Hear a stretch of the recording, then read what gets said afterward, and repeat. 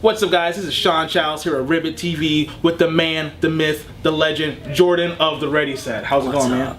Things are good. How are you? Dude, I cannot complain, dude. I'm hanging out with Jordan of the Ready Set. You know, I'm in his backroom area. I am in his aura, you know? I think you might be overselling me a bit. I'm not that cool. I didn't even know I had an aura, to be honest with you. Well, man, you have a line of people out there waiting to just see you. I haven't seen a line out there for me, so. Well, you know, there's time to grow. You know, I think I see a line for you in the future.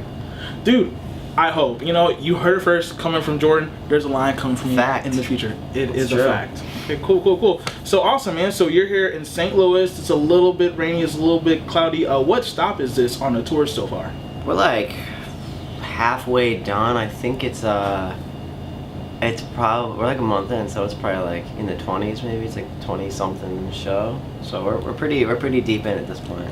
And that's a pretty long stretch. So you guys are on tour with some awesome bands. You got We the Kings, you got Breathe Carolina, you got Keep It Cute, you got T Mills, and we have you guys. How has that lineup been? Has it just been one of the sickest tours that you've ever been on? Yeah, it's been crazy. I think the best part about this tour is you're getting like fans from all like different kind of like all across the spectrum. Like there's like T Mills fans, there's like Breathe fans, and like We the Kings fans, and then we're bringing some to the table, and it's just like, I think everyone's hearing, you know, like new bands for the first time kind of, and you're kind of, everybody's getting exposed to more people than if it was like a more, I guess, similar package. Because I mean, it's kind of like all over the place. It's like rap, electronic, rock, just everywhere. So I think it's been really cool though. I love it. And like we're the second band that plays in the night, so we haven't gotten to do a tour where we play this early in like years. So I'm like, you know, like we go on stage and like play for 30 minutes and we're done at like 8 o'clock, and I'm just like, sweet,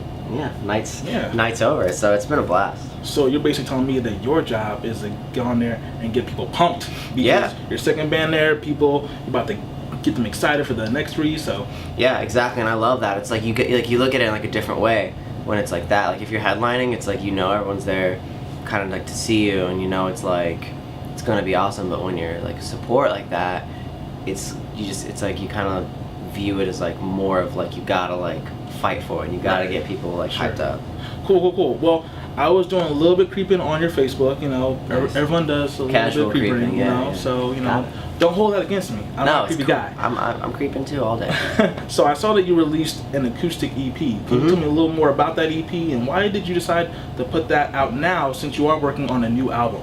It's called I'll Be Waiting, and it's like really casually getting released. Like it's not really super, I don't know, it's kind of on the down low a little bit, just because like I did it kind of for fun. Me and my guitar player spent a lot of time on the last tour writing, so I was like, well, you know, the album's gonna be coming out soon, but I want to put out something for my fans, just because it's been so long since I put anything out. It's just been like this crazy waiting process. So I was like, acoustic might be cool. I've never really done it before, and I know like we've been playing acoustic shows a ton, like for radio stations and things like that, and I was like, well, I don't know, people seem to like it a bit, so gave it a shot, and it came out pretty cool. It actually came out more of like a rock EP, because everything on it's like, it's not really super acoustic, it's all like full band, like drums and stuff, and it was like a whole different process for me, just because it was all organic instruments. Like it was all like, we used like vintage synths and stuff, and like all like obviously like real guitars and drums and bass and all that. So it was cool. I'm excited about it, and yeah, I mean, you can like download it on my website, and then Cool. So you know, once more, me being a little more creeper, I remember you back from like MySpace days, like early MySpace days, when you had like 50,000 fans on MySpace and kept on growing. So you know, you was just a one-man project, you know. So now you kind of have people helping you out and things like that on stage. How has that transition been from the MySpace days to what you are now? It's actually been awesome. I mean, I definitely have a lot of love for the MySpace days, because if it wasn't for that, I would have like, I don't even know how I would have figured out how to tour. MySpace was sick. Yeah, that's like how I built up enough of a fan base to get on the road. Like that was my game plan when I started. I was like, all right, if I can get enough fans in these cities, like maybe they'll come see me play, and maybe I'll be able to do it again and again. Yeah. And that was like the mindset. And now it's just a lot more, I guess it's easier. Like I mean, at that time I was, you know, designing all my merch, which I still do. I was printing all of it. I was like managing myself. I was like figuring out like how to get enough money to do the tour. I was like every single thing. Like I was booking it myself.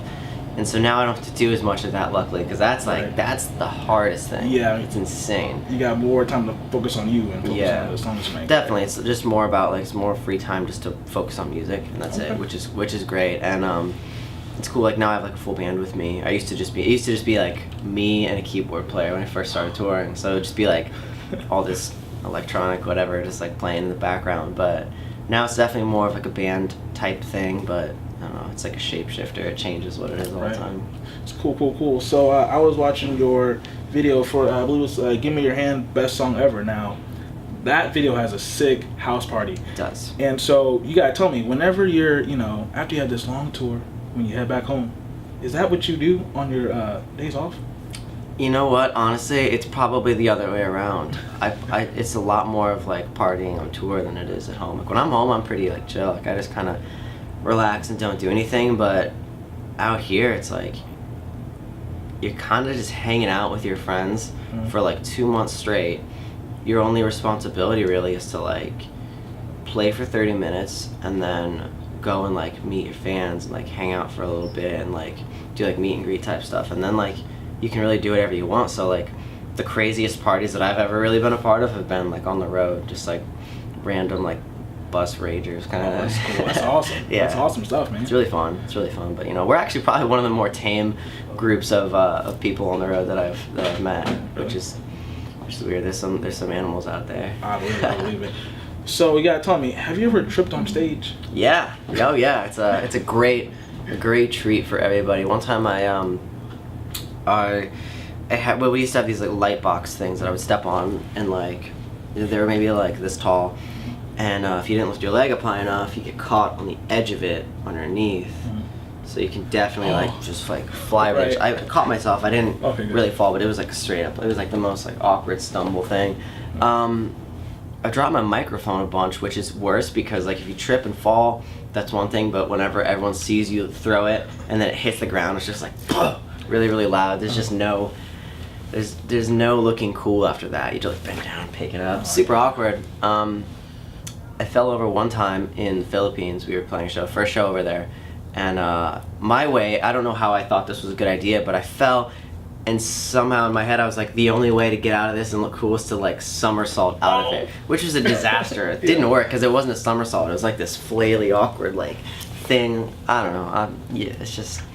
Well, on the bright side, they could have thought it was like a new, cool American thing that everybody's doing, So, all the Americans are falling on stage these days. They are, it's true.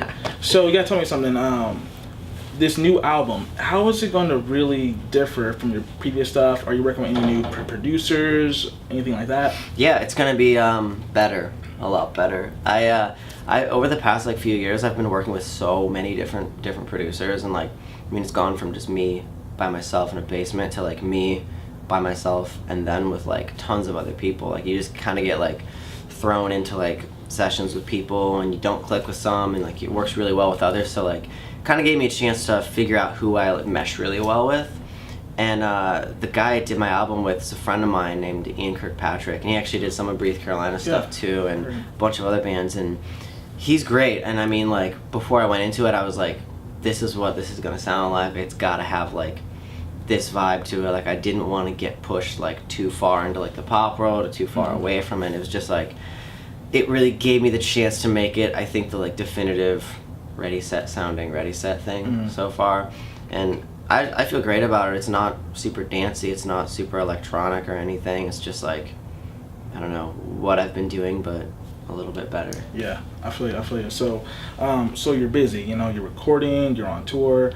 Do you ever miss, the people back home? In particular, maybe like a girl or anything? Yeah, definitely. I mean, I've been with the same girl for a long time, and it's cool. I mean, she lives in LA with me, and it's nice because like for a long time it was like I was back and forth between touring, spending time at home in Indiana, and then LA. So I was like never around. So I finally like moved out there, and now it's like a nice home base because like all the music stuff's happening out there, so I don't have to worry about going from the Midwest and back doing that like 5-hour flight every other week. So That's good. Yeah, I miss my family and stuff, but I mean, it's become such a regular thing now to be on the road that feels like home to me almost now. Like, I don't know. I get bored if I sit at home too long. Like after like a few days, I'm like, oh, I gotta gotta do get back. something.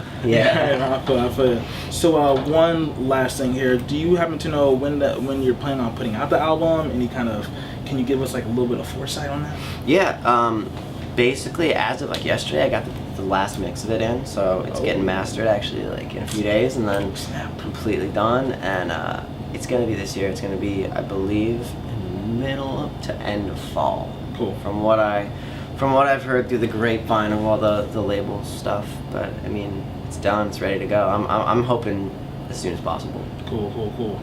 So you guys heard it here. Sean here at ribbit.TV with our man Jordan here. He's got some new stuff coming up. He's on tour right now. Check him out. Hit us up, www.ribbit.tv. You guys have a good evening. Peace.